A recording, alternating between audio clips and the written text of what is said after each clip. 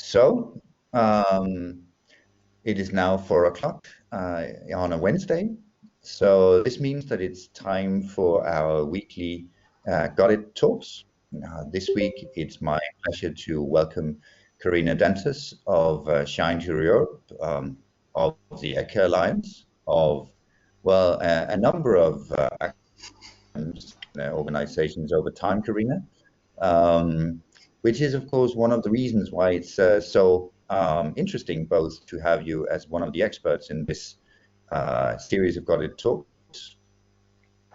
But if you will, because that CV might be long, allow me, who is actually Carina Dantas? But also,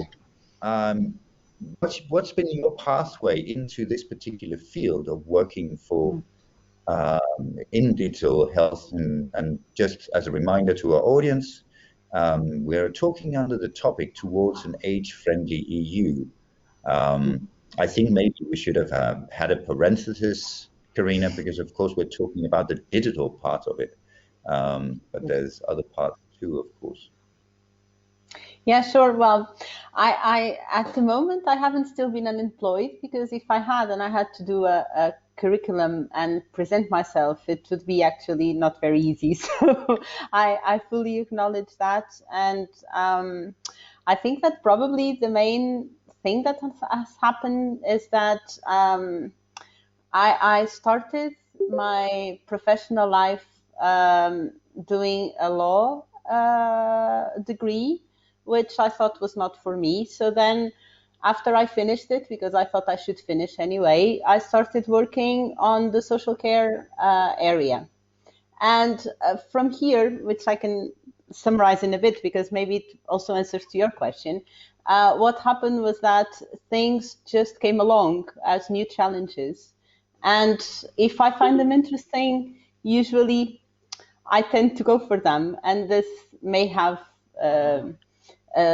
built a little bit of this maybe schizophrenic curriculum that you were mentioning, because it comes from maybe a little bit of a strange feeling of need to do so many things in the world. And then every time a new opportunity comes along, I tend to grab it and to try to do something about it. So historically, I actually started working with people with HIV and drug addictions, and it was completely out of my field of knowledge in the beginning. So I also did a postgraduate in psychotherapy, and this is a little bit why social care came into my life. It was like I saw an opening, a vacancy. At the time I was doing trainings, so they asked me to go there to do some trainings, and from there, this was actually 20 years in an NGO in Portugal, which is Caritas. And I started working with this type of public, but then also with homeless people and migrants, refugees. And after a number of years, I was also very active in the fields of communication and marketing, etc. And the Caritas board asked me to open a new department, which was innovation and communication. And this led to European projects. And well, I worked already for a number of years on national projects, but then for European projects. And this was very much connected to that time where we had a big investment on aging. And so the truth is that Caritas, as an NGO in social care, works a lot in aging. And this was also the time of the crisis. So we had so many people not being able to do the most basic things, like even having enough money to eat, to buy cleaning products, etc., etc. And all of our social care system got a bit collapsed. So once we were in the crisis, the board of the organization was already thinking about next steps and how we would recover from it and what we needed to change. And I think this probably goes for a number of countries in Europe, but we have many isolated people in rural areas, and they are very disconnected from daily contact with people, like in urban centers. I remember I went along to visit some of these villages, and there were villages with one older adult living there alone, and no one around in 20 kilometers. So this is really very difficult to tackle. And of course, that maybe at this point, thinking about digital innovation is too far-fetched, at least for this person in her 80s and already with a life organization where digitalization would be hard. But at this time, we thought we would need to pave a little bit the way, maybe not for the people that were already in their 80s or 90s, but for sure for those who were in their 60s and 70s, and that will still be able to benefit from a bit of a digital transition.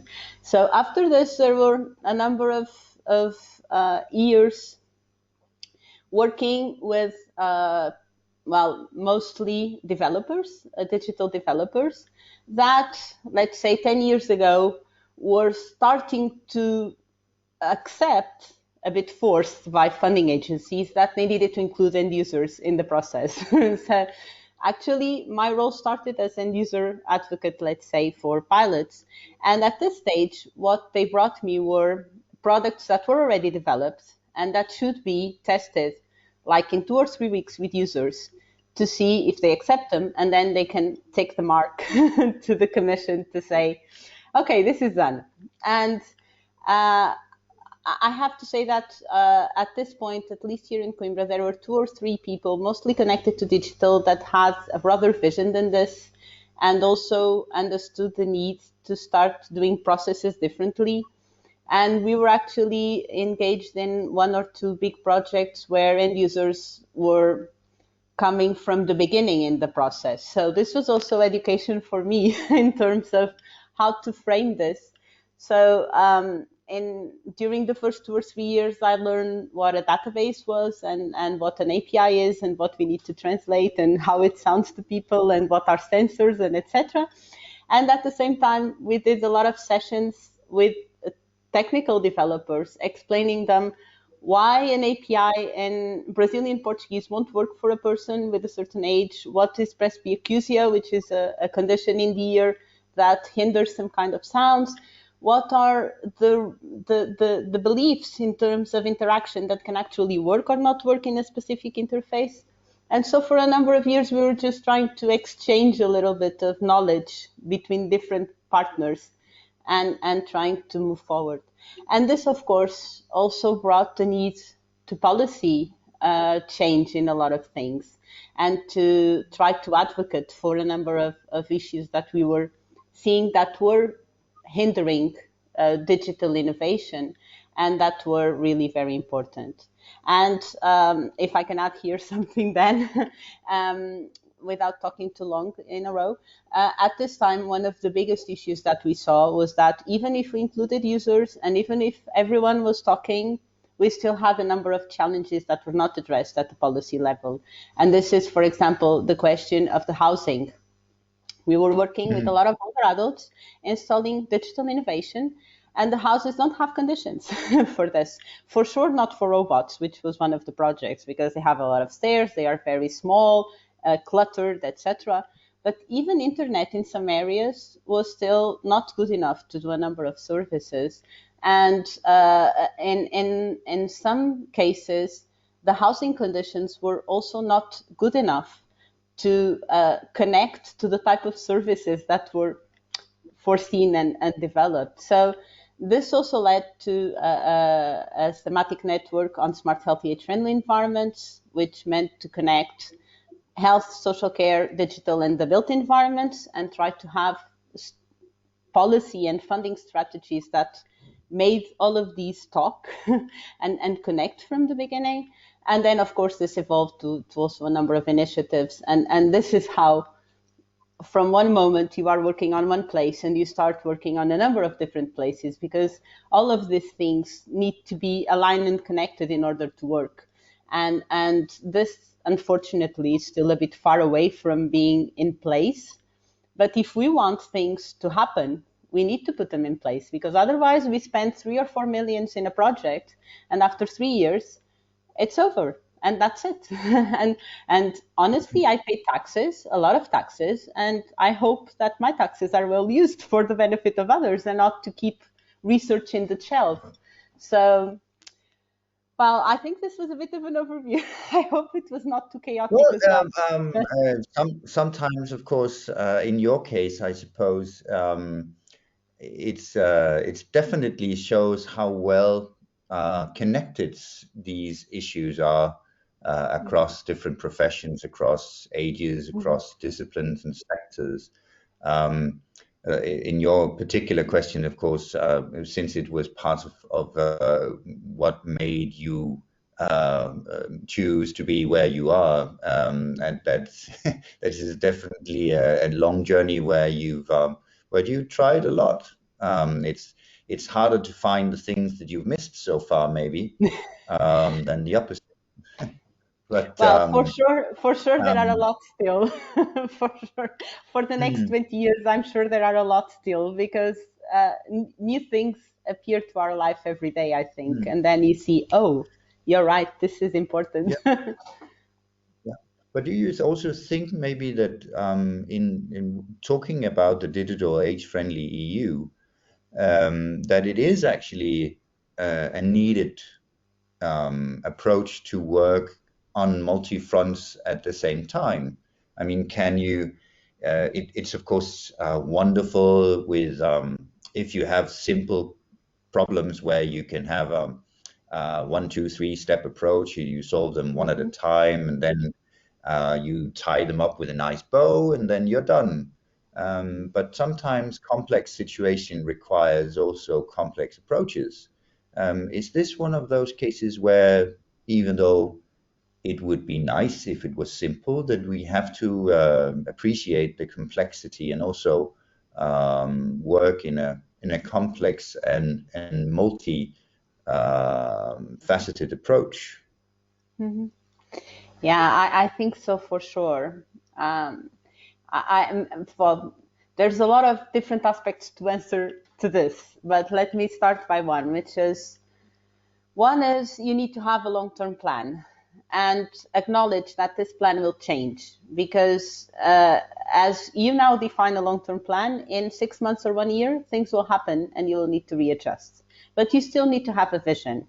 And for example, in this case, on top of this connection between different areas of knowledge and work to enable the age-friendly EU, for example, one of the things that happened here was that we started realizing as we worked that maybe in our perspective, it wouldn't make so much sense to work for older people's needs, but to try to work for what can be the needs of everyone, because in so many cases, they are so connected.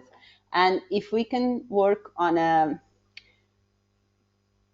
well, I'll say that I don't like to make this big words, but it is person centered. If we start drafting the system based on the person's needs, on a personal need, then we have to find a way to make it evolve through life and not have different clustered solutions for youngsters, for middle age, for old age, because at a certain point, it's kind of artificial, I think. And this applies to housing, to digital, whatever. If you have a good way of approaching something, you can then twist and adapt.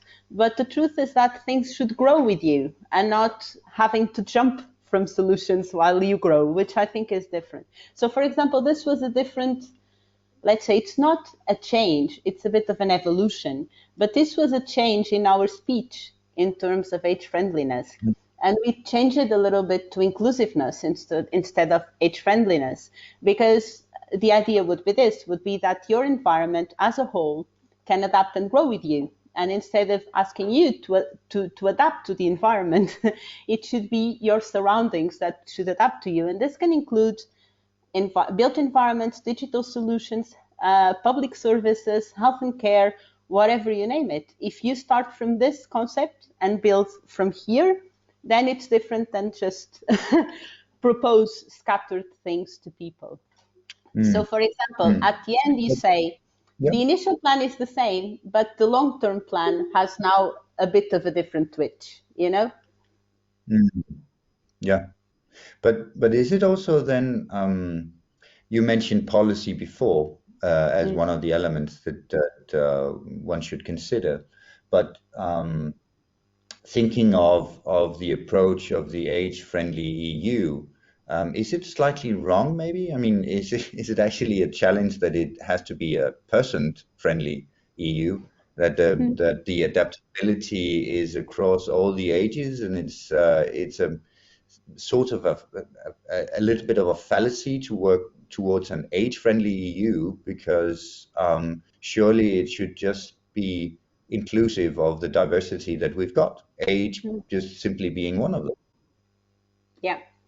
If you ask my personal opinion, I would say yes, but I was asking for your personal opinion. That's yes, definitely okay. good. You're right. You're right. Okay. Yeah. So yes, I do think it is a bit, yes, but I don't really opposed to it, let's say, because I also think that people need to relate to a common objective that is close to them.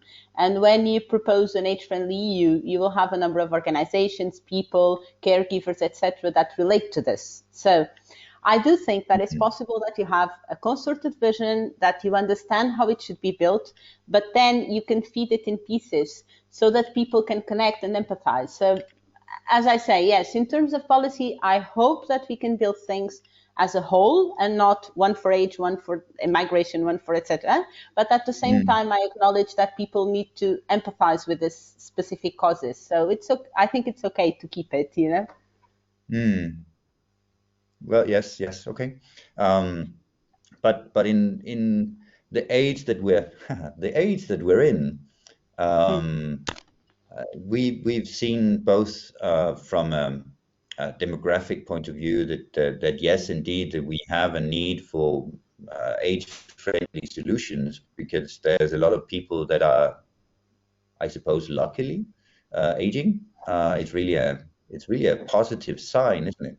The opposite would be really bad. But that's a need that we definitely have. We also have a need or at least there's a trend or an evolution of more digital tools, and that's a different that could lead to a different approach that would alienate some people. And then, of course, during the last 18 months, of course, we've also experienced that. Well, life is what happens when you're busy making other plans. We thought maybe that this was the decade for action on the Sustainable Development Goals. Something else happened instead. And while we might still, hopefully, be on course towards something that's more sustainable, how would you describe that your work then towards this age-friendly EU has been maybe morphed or accentuated during the last 18 months? Has this been, and without being too cavalier, this been helpful, or has this been Yeah, I think it has been both, and I'll tell you why. I think it is. Well, I hate saying that the pandemic is an opportunity because I think this was said too many times, but it is true. It forced people to take action on things that otherwise would have taken forever.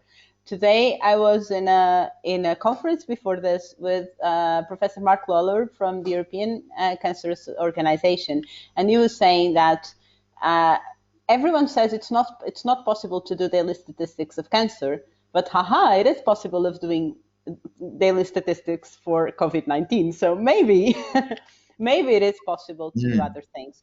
On one side, I think that the pandemic forced to see possibilities. Of course, we understand that there was a lot of efforts and money channeled to the pandemic, which cannot be for all areas at the same time. But I think it raised hopes on this. It is possible to do a number of things. It is possible to turn digital in a number of things.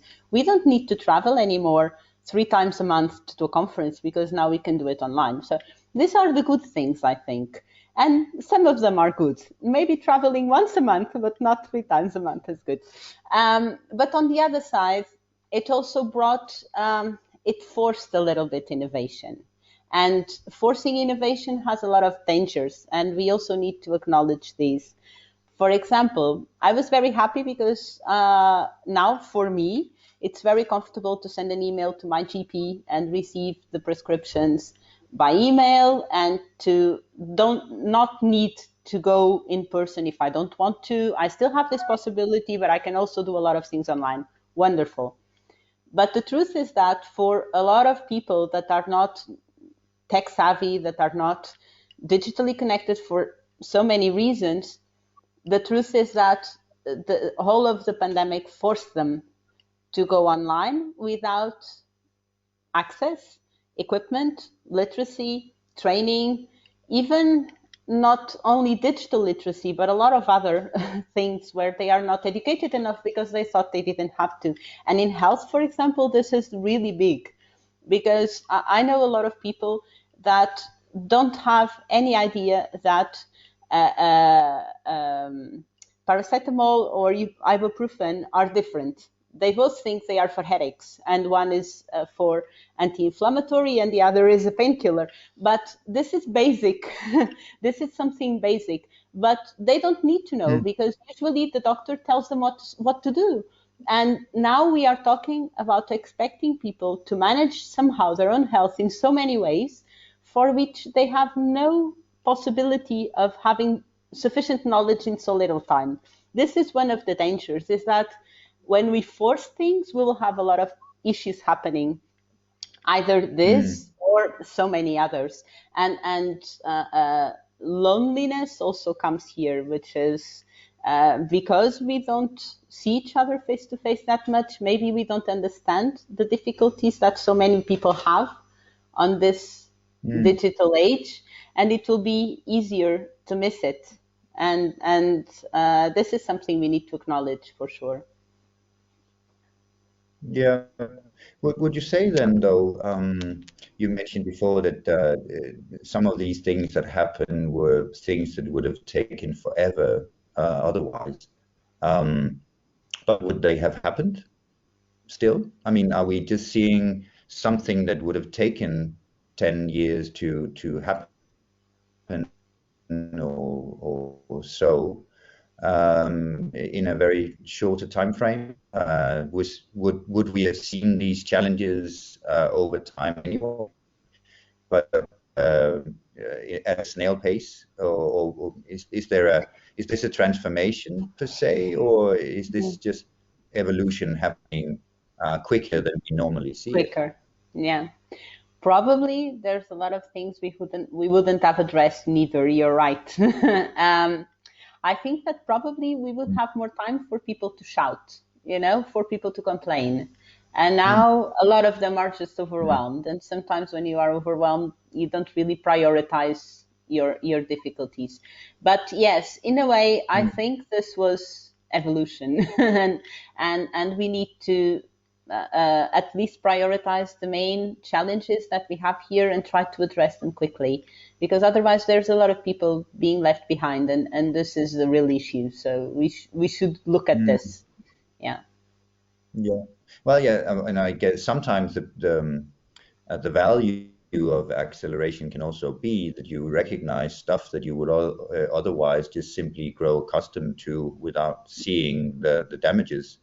The Yeah. good old metaphor of the frog not recognizing the threat that it's in by the boiling water. We all know that one. Yeah. And sometimes, I guess, also having this opportunity to say, was this really the best we could come up with? Maybe we could do this differently. That has its merit. But even though with this enormous amount of connected issues that we need to solve, what would you then say in a list of three that your most main focus areas are at this stage to solve that digital health? The age-friendly EU.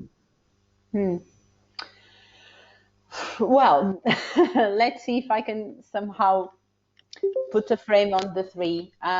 If you have to use four, that's okay. Okay, sure. I would say, well, for sure, one of those that we discussed now is essential, which is education, literacy, whatever you want to call it, because I think it's also multi-contextual and different depending on the target groups. But for sure, people need more education on a number of areas, and also need to acknowledge their interest on a number of areas. I was in a discussion earlier around. We always put this as something defending citizens, let's say, saying that we need to provide more literacy, more education, etc., etc. But for some, this also comes as a burden in terms of, I would prefer not to know any of this, and I just want to have help like I used to have from my doctor or from my caregiver or something like this. So this is also part of the education, I think, towards citizenship.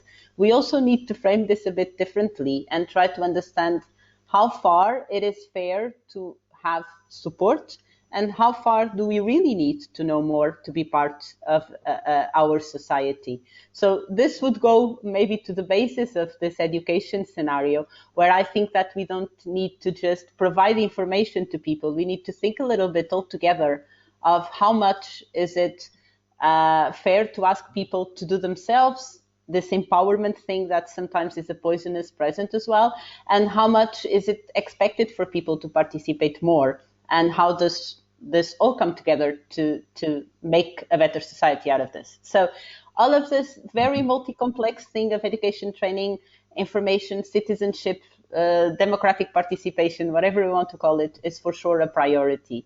Then I think there's also a big priority on inequalities, and this goes either to having digital access, to have access to services. So even if I take out the part of the lack of information or lack of education, there is still a number of financial or otherwise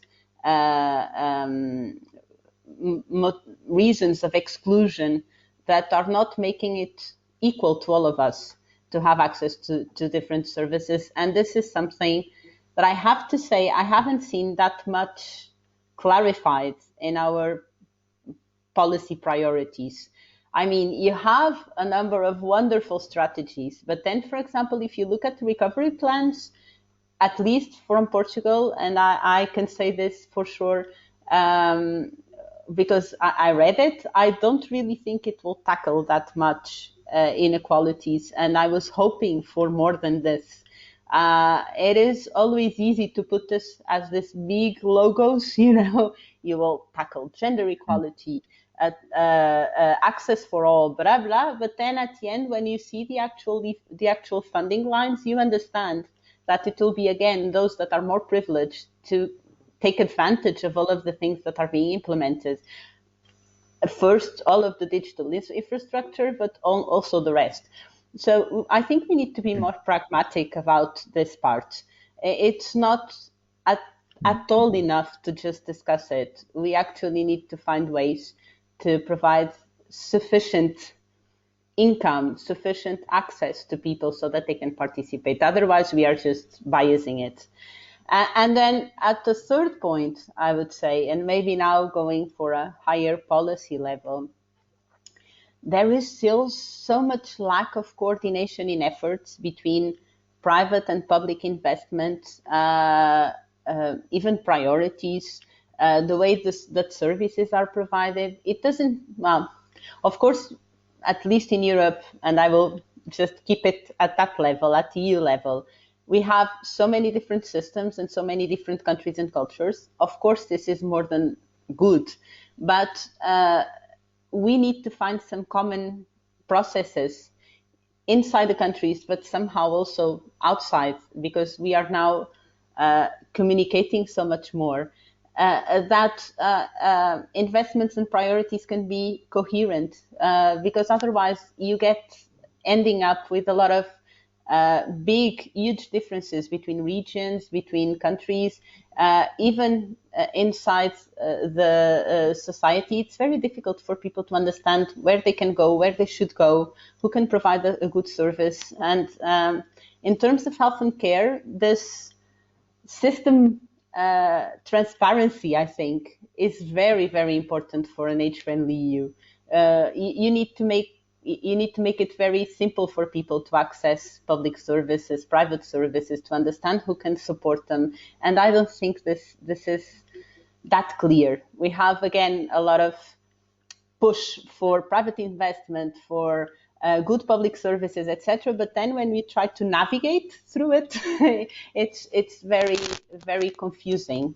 So this is also something that I think at the policy level we need to acknowledge. I don't know if this is possible. Maybe it is too chimeric, but yes. So I got to 3. Well, yeah, you did definitely 3. I'd say I'm not sure necessarily if one might say that you managed to squeeze in definitely a lot of bullet points under each of them.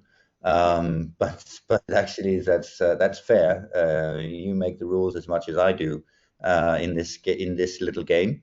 But also though, would you say then that for instance for your second point about economy, that evolutions like the economy well-being, donut economy, or other types of tools, is that and also just repeating something that's nice, or are we talking about the use of specific economy tools? Or are you more talking about simply at a level of I don't know, money, talking about a stronger degree of willingness to invest? Or maybe I'm trying to ask whether we're talking about a different type of investments, or or a different amount of investment. Is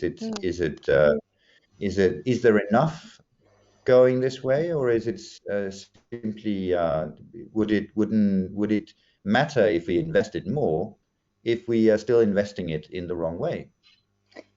Yeah. Well, if we are talking about the recovery plans, I don't think it is a question of the amount. I think it is a question of the choices and the way these choices are then implemented.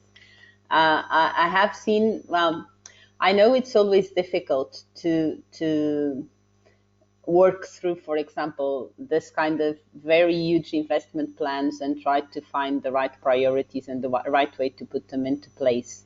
But the truth is that for many years, and I have accompanied, at least at the regional and national level, the implementation of several funding programs and etc. And usually, I think that most of the time, well, a big part of them are spent at operational structure.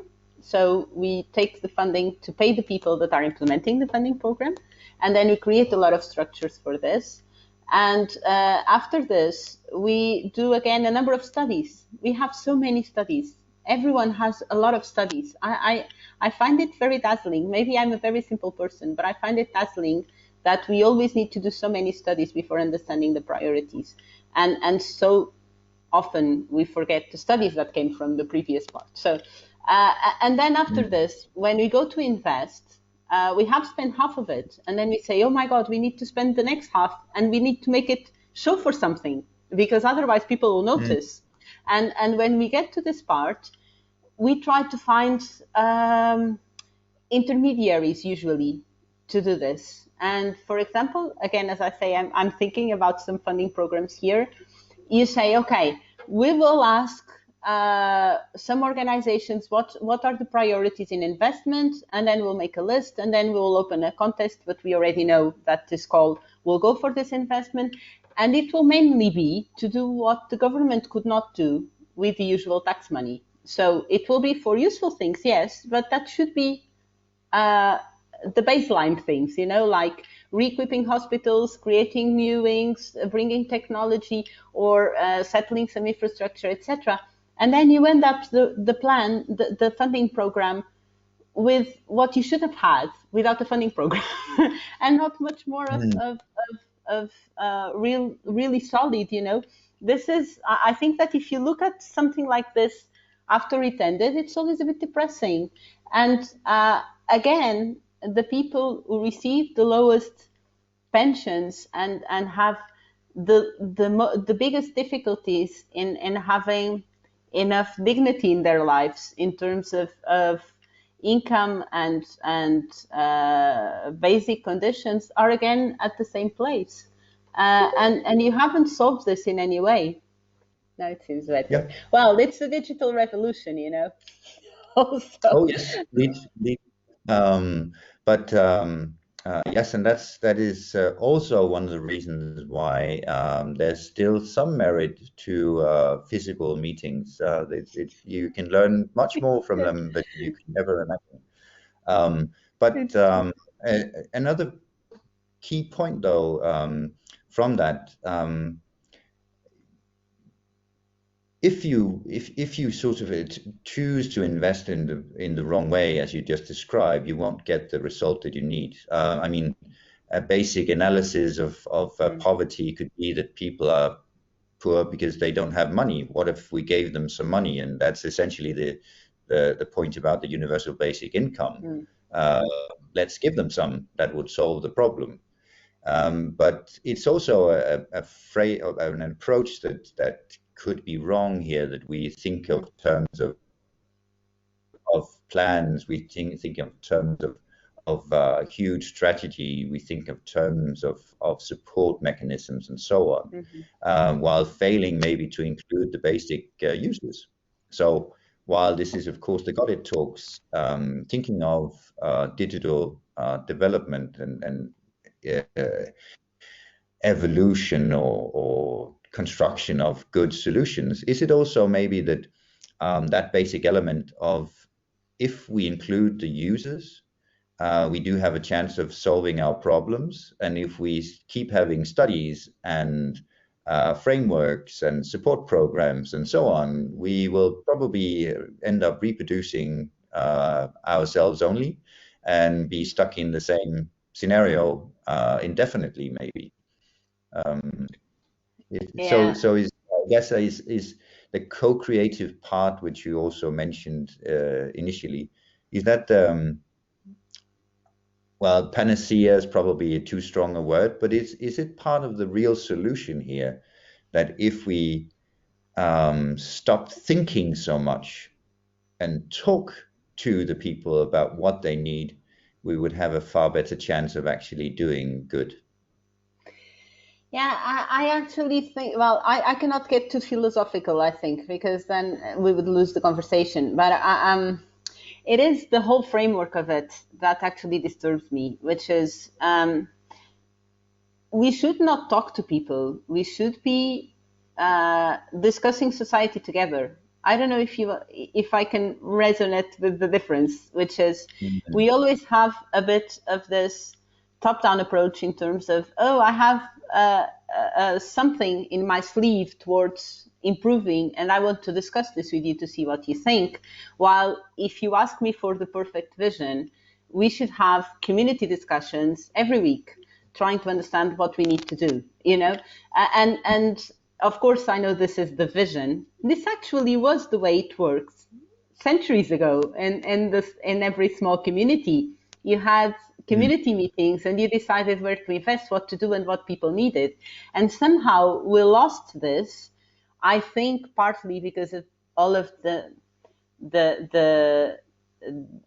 because the type of stakeholders detached, let's say. Industry talks in a silo and policy in another silo, and different citizens in different areas, but there's not this community talk. And community talk could actually make a difference in trying to understand what people need to do. I need to go again today for Professor McLaughlin because he did a very nice point on one thing, which I need to take here. And he was saying Mhm. that when the European Cancer Organization takes a project, they always ask people if that idea makes sense.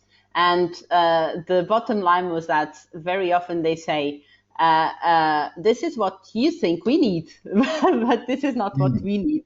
And at the Mm. end, so often this dialogue is still top down in terms that we present something. And I know that if we wait for pure co-creation, a lot of things would not be done. And of course, that a lot of ideas also come from world's experience of experts, and it has to be like this. But this should be, there should be more layers of this pure community co-creation so that we could somehow evolve. Because otherwise, we will always be talking about this distance between people's needs and what we do. Yeah.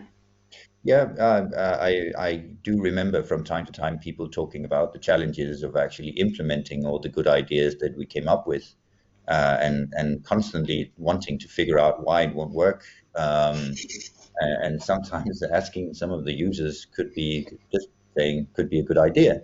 But Well, there is one thing, sorry, there is one thing oh there that I also need to say, which is I remember that when we had the first robot project with other people, everyone thought it was a crazy idea. The robot was very big, and we thought that they would be super scared because it talks and walks and etc.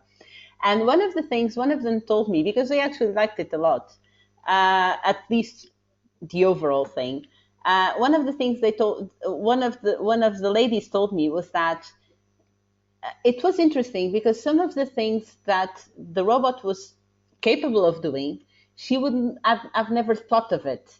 So I also think that sometimes if you keep it to pure co-creation, some ideas would not happen because people wouldn't know they are possible. So there is also the need for groundbreaking ideas, visionaries, to feed the community with possibilities. This is also part, I don't know, about of nurturing the society's vision. You know, if you don't think this is possible, then you would never thought of it. So it's true that there is a part of this top down, I would say, in terms of bringing possibilities that is very important for co-creation as well. Yeah, but surely co-creation is not necessarily the same as pure bottom-up innovation. I mean, No, even though no, bottom-up true. innovation would be nice, Yeah. um, it's the bringing together, I suppose, also of competencies that, and in this case, of course, while for robotics, engineers is definitely a very powerful competency to have at the table. I know that, for instance, in the New Horizon Europe, one of the elements that they focus very much is on also in the inclusion of social sciences much more, Yeah. where we might see, for instance, elements that highlight the value of, let's say, art as part of mental health destigmatization or mental health treatment, for instance, or perhaps exploring via legal frameworks some of the challenges that we have within ethics in other fields and so on, maybe using anthropology to understand human beings instead of using other approaches. So as well, that co-creation can sometimes not just be about a top-down, but also a side-to-side as well. Yeah. Yeah, I think so, and even more than this, um, if we go to this broader perspective, which I think is really nice in this new program, and if we interpret it right, then we also not only include users in the discussions, but all Mhm. potential relevant people to it. For example, payers very often are away from the discussion of solutions, and they are essential to it. And local policymakers and standardization organizations and etc. So at a certain point, I think that there was a time where these stakeholders were more involved. Then we switched a little bit to say, oh, users are at the center of it. But I'm not sure if there is a center. I think that there is a need to put all of the constellation together, because otherwise things will die before getting to the market. And of course, we want them to be implemented. So, yeah, so maybe all of this will also bring this will enlarge our notion of the right stakeholders to engage and the right disciplines to engage. And this opens a lot of more possibilities, which I think is always positive. Yeah. But thinking of when you mentioned earlier on your three focus areas, um, are those the three focus areas that you have because you think that that is where there's a really a pressing need, as in meaning that that's because things are progressing poorly in those areas, or is it more like that's where you find your true fascination and inspiration, and you want to pour energy into it? Or maybe when you choose these three areas, are these areas that you also think are going places? Are you working towards paradise within the next 10 or well, 15 years or so? Or are you preparing yourself for battle along these key areas? Well, first I would say these were the three first things that popped into my mind, so I didn't really prepare for that. Oh, So fine. I can only say no. I mean, in terms of if you ask me if they are for sure embedded in my personal interests, for sure, because as I say, it was not something like research oriented, three steps. It was what comes to my mind. So, It was for sure they are for subjective. our audience. We can say that these were co-created on the spot, and nice. Exactly. Yes, yes, very good. Exactly. So we Mm, cannot put them on we cannot give them too much importance because they were it is what it is. But one, yes, for sure they come out of subjective and objective reasons. Of course, that if I find them pressing in the sense of my personal vision of the world. mm, Maybe, of course, it is very social oriented in a way, and maybe also because I think there's a number of things that a lot of actors already tackle. When you know that there is a big challenge, but there's a lot of people working on this. Okay, so maybe mm, you can leave it to them, and you can try to focus a little bit more on other areas. I think that mm, these are big societal challenges. They are not from for this year. They are from for many years. They will always be underlying, but so often because they are big, we tend to focus on other things and leave them because we think we cannot change them in any way. So this is also perhaps a personal vision that even if something is very difficult, very big, and very complex in terms of the system, it doesn't mean that we cannot still urge to change it, even if a little grain each year, you know.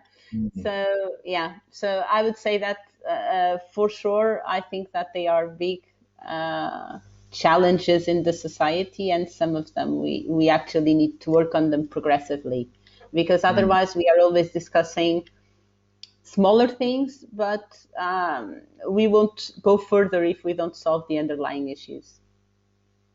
So these I mean, education, equality, and coordination, things that Hmm. you think might that they need an extra focus. But are you then an optimist? Always, that I can say always. Even if very cynic sometimes when seeing the results in the world, I'm always very optimistic. Mm, I think we do have some world energy, and we need to keep looking front, and we need to look to face the world with that ambition that it can be better. Otherwise, we will get into polarized political speeches, extreme wings. This is cynicism. This is lack of optimism. So keeping mm, optimistic is saying that, okay, we can have a lot of crappy things around us, but we can still strive to find better ways of doing them. And I do believe in that. And, mm, um, and a bit more than that, let's say, if you are guided by a good vision of the world, then of course you will never achieve it as you want, but you can try small victories, and there are small victories every day in small things, and mm, um, well, maybe you can keep those as a motivation, and just keep mm. striving at Yeah. this better society as a whole. Mm. Well, but speaking then of my maybe small victories, or for that matter, good evolutionary stages. I know Christmas is a bit far off, but still, if as we are slowly heading into to autumn, um, what would be some of the things that you are hoping for then, not necessarily in terms of your personal projects or achievements, but that you would like to see and on the stage of either policy or activities in the coming recovery plans? We've talked about something that you said were missing, of course, but if you would, what would you like to unwrap on for a Christmas gift Mm. on this? Well, that is a difficult question, for sure. Well, yeah, you are writing the wish list, you know, so it could be an Yeah. elephant, it could be, yeah. Well, what could be in the wish list that is feasible and pragmatic, let's say? Well, My younger brother has been wishing for a Ferrari for years. So, I mean, sometimes okay, wishes on a wish list are not necessarily realistic, but I know, yeah, you anyway.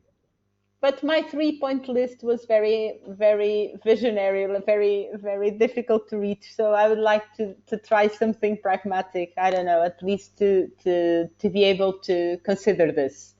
Um, Hmm? Well, one, I would like to see the recovery plan starting taking shape in a coordinated way and start seeing some results.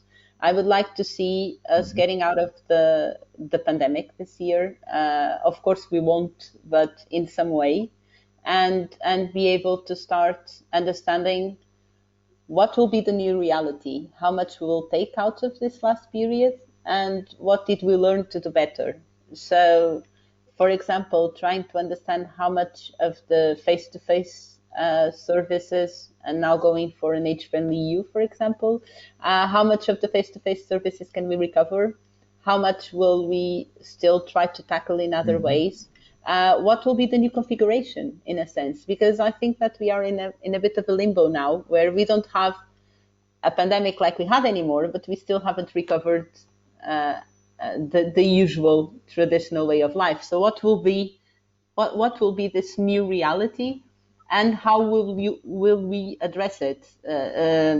In my wish list, we would find some good ways of taking advantage of it. And for example, if we go for digital support for the aging population, then we would have a good balance between some services being provided still by people with human presence, but we would invest in having some more less important things being provided by digital tools. And these would be available and simple to use and easy. And Mhm. maybe this Mhm. wish list, I would say, would be more on a good outcome of this transition period. I do hope we can take some good lessons and start doing things a bit differently.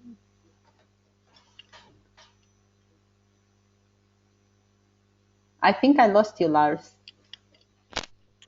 Using Okay, you're sort back. of the pitfalls. I haven't lost you, so maybe I'm still just for at least. So that's some big hopes here, at least for the recovery. Um, Thinking of the fact that what the Got It talks here is, of course, about trying to find some advice also for a in this case a digital and more age-friendly EU, and thinking of some of the people that want to join you on that particular path.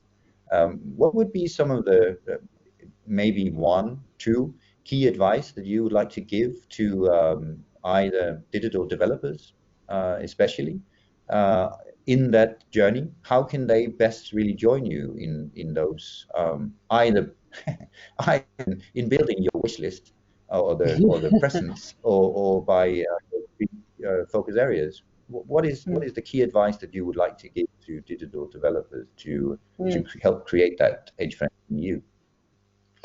Yeah, I think that the real asset usually goes to knowing the reality very well, and this especially for developers. This means not only knowing what users want, but also the places where they are implementing things, how the system works, how it is organized, how families live, or how health systems are putting things in place. So knowing the reality very well, and then try to make things as simple as possible. Usually, if I say this to a digital person, like an engineer or something, they will tell me that an infrastructure with 400 sensors is something very simple because it's easy to use. But people do not see it the same way. So trying to make it as simple as possible is usually a good way to start. And then introducing things gradually is always also a good way to go. So if you know well the reality and you start simple, usually things tend to evolve in a nice way. I don't know if this was the type of advice that could be useful, but I think that probably it would be the one that I feel that is simple but most connected to reality. Oh, but that's some fairly good advice. I'm hearing I'm hearing you saying that user involvement would be a really good idea. Going for well, as you said, simplicity more than complexity. Going perhaps for a slow approach where you build on earlier successes and then try to advance slowly so that perhaps the digital health literacy can keep up with the progress that you're doing as well. That's what I heard you say. You heard um, well, you and, heard well. yeah, yeah. So that I think definitely some very good advice for those digital developers. Um, maybe though, can I key advice maybe then for the rest of us? Either for the policymakers. Right now, you asked for the wish list, but if some of us are not digital developers necessarily, but would very much like to nudge similar agendas along, what would you be your key advice for the supporting community? Well, I think it goes a little bit to some of the things we discussed before, which is if we can understand what would be a society, an environment, a place, a solution that would actually um, grow with people, adapt to their needs, and answer to the person's needs and not necessarily to the systems, Mm. institutions, or sectors or systems, maybe this is the way we need to consider anything we provide. Either it is education, it is a solution, it is the design of a policy area or strategy. We are all citizens. We don't need to be more than that to know what we need on a daily life. We all have parents, grandparents, children, people in the family that need so many things in life. So for sure, we have enough experience to understand what we would need as people. And if we somehow help to provide this, I think we're on the right path. Ending on a strike of optimism and hope, with a key advice for us all as well. Thank you very much, Carina. It was a pleasure to have you in the sort of the hot seat and the Got It talks this week. And even though this was probably not the optimal digital path, I mean internet connection, for this particular session, it was a pleasure to get your key advice, and we'll try to keep them alive in the Got It Talks. And see you next week, and probably and hopefully at one point also in real life, Karina. Yes, let's hope for that eventually, and see if we progress during this year in the best way possible. Thank you so much for the invitation, Lars. It was my pleasure.